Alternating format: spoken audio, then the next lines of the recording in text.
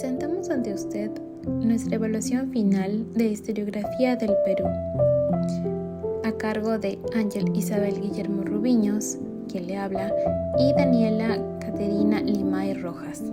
Empezamos por ¿cuál es el contexto económico, político y social del peruano de la segunda mitad del siglo XIX?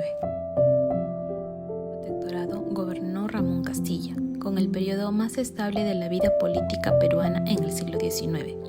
Gracias al guano y su fácil explotación de este recurso natural, dominó todas las otras manifestaciones de la vida económica del país. Tuvimos al salitre. La importancia de este mineral se observa en sus usos, en un principio como fertilizante y luego como ingrediente de la producción de pólvora. Y el salitre, Castilla paga la deuda interna y externa, transfiere dinero a la burguesía y en el plano militar fuimos la primera potencia naval en el Pacífico Sur. En este periodo, Castilla, habiendo derrocado a Echenique, toma el mando de nuevo. Decretó la libertad de los esclavos y la anulación del tributo indígena, creó alianzas con base en dinero del guano y luego, en los siguientes periodos, el guano empezó a decaer. En un periodo de inestabilidad política, nuestro primer presidente civil fue Manuel Pardo. Se topó con un estado prácticamente en la bancarrota, gracias al crecimiento de la deuda externa. Dejó de lado el crecimiento militar para favorecer a la educación pública. Derrocando a Miguel Iglesias, Andrés Avelino Cáceres llega a tomar la presidencia, quien redujo la burocracia nacional y firmó el Tratado de Grace, que facultaba a la empresa Peruvian Corporation a explotar el guano y a cambio esta debía pagar la deuda externa. Con la inestabilidad política, Nicolás de Piérola toma el gobierno gracias a una revolución provocada por él. Durante su periodo, logró estabilizar la economía y creó una escuela militar. Lamentablemente, hubo una deficiencia en la educación. El Perú termina el siglo XIX con una configuración social nutrida, gracias a la diversidad de etnias y lenguas autóctonas. Además, se fueron agregando culturas foráneas a nuestro país. ¿Quiénes son las llamadas ilustradas y cuáles fueron sus principales demandas? Pues las ilustradas eran un grupo de mujeres que buscaban defender la educación de las mujeres de la época y de todas las personas. Lucharon por una búsqueda de su libertad de expresión y sus derechos civiles. Ingresando con esta idea, ellas lograron entrar dentro de un espacio público de comunicación en la segunda mitad del siglo XIX, en lugares que eran considerados solamente para hombres. Por ejemplo, llegaron a trabajar como directoras de seminarios, educadoras, rectores, etc. También un poco sobre la lucha de cada una individualmente y solamente pues de sus aportes que hicieron a esta pelea de la visibilidad, digamos, de la mujer y de la defensa de sus derechos, ¿no? Comenzamos con Clorinda Mato, pues ella nace en el Cusco en 1852 y muere en Buenos Aires en 1909 después de su exilio. Clorinda Mato pues era una mujer cusqueña que se convertiría en la primera novelista peruana en inaugurar el indigenismo peruano con su obra Ave sin nido, que pues hablaría de una crítica del maltrato del indio que había mucho en esta época. Otra fecha pues importante de su vida es el año 1889, donde ella se vuelve directora de una publicación que se llamó El Perú Ilustrado durante 2 años, ¿no? Aquí buscó promover y educar la cultura. Además, comenzó con su idea de crear pues una red solamente de escritoras. Gracias a este esfuerzo constante y pues de la participación de la mujer, ella logra crear una imprenta que se llamaría La Equitativa.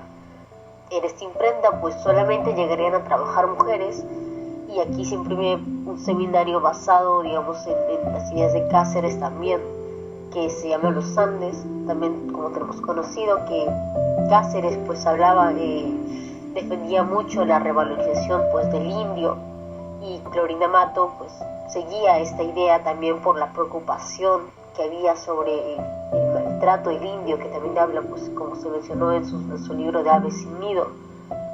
Y por último funda el Búcaro Americano, que es publicado en 1896 y en 1908.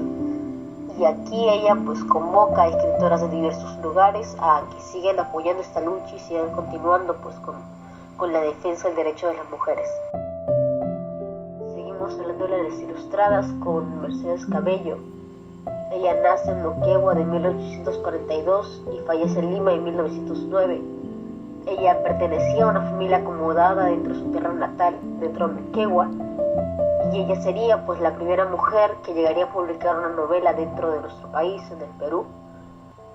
Y pues al igual que Clorinda Mato, buscaría pelear contra estas necesidades de las mujeres en el país, y también sería una gran visionaria de los derechos de ellas, además de buscar un arreglo a la educación de las mujeres, que era algo que defendían bastante, que esta educación fuera, digamos, alejada del espacio doméstico que se les había impuesto durante todos estos años. Además, sumaba a todas estas luchas buscar el acceso al trabajo y a una educación laica. Llegó a participar dentro de la revista El Álbum de Juan Manuel Agorriti y Carolina Freire, donde entre agosto y octubre de 1834 publica el primer ensayo titulado La influencia de la mujer en la civilización. Llegado el año de 1835, sigue con esta lucha de la visión de la mujer en la sociedad moderna, y usando esta referencia escribe otro ensayo sobre ello, donde hablaría de la preocupación de que en el país no existe ningún lugar donde las mujeres tengan, digamos, un espacio para trabajar fuera del espacio doméstico que ya se había mencionado, ¿no? Y este ensayo se titularía La necesidad de una industria para la mujer. Por último, hablaré de María Jesús Alvarado. Ella nace en el año de 1898 en Chincha y muere en el año de 1931 en San Isidro. Ella fue educadora, periodista, escritora y una gran luchadora social. También es considerada la primera feminista del Perú. Y al igual que las demás ilustradas, ella tuvo varias luchas. Ella pues buscaba, digamos, una igualdad doméstica, digamos, centralidad de la madre en un espacio privado, y también propuso la reforma del Código Civil para sacar a la mujer de lo que llamaba la reclusión doméstica. Además, peleaba por el feminismo, el cual es un movimiento que buscaba una evolución dentro de la sociedad peruana, y gracias a esto ella daba una conferencia llamada Feminismo en el año 1911, donde buscó principalmente otorgarle igualdad de derechos sociales y políticos a las mujeres en el Perú. El año que viene, en 1912, se une a la Asociación Proindígena, la cual sería la institución más duradera del indigenismo peruano y la que tendría mayor influencia y difusión de este. En 1914, la primera asociación femenina llamada Evolución Femenina, que sería uno de sus grandes aportes, donde ella propone una reforma educativa dentro del país. Ella se convierte, digamos, en la pionera del derecho al voto femenino y logró el ingreso de las mujeres en las sociedades de beneficencia, el cual también sería considerado el primer logro de las feministas en el Perú. Por último, pues fue la organización más importante en la fundación del Consejo Nacional de las Mujeres.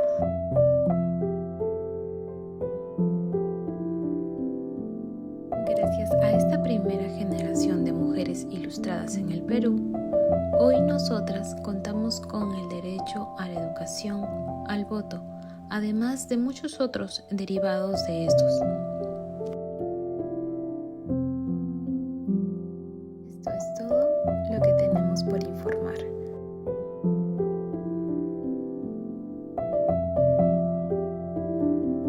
Muchas gracias por su atención. Daniela y yo te agradecemos también por el apoyo durante el ciclo.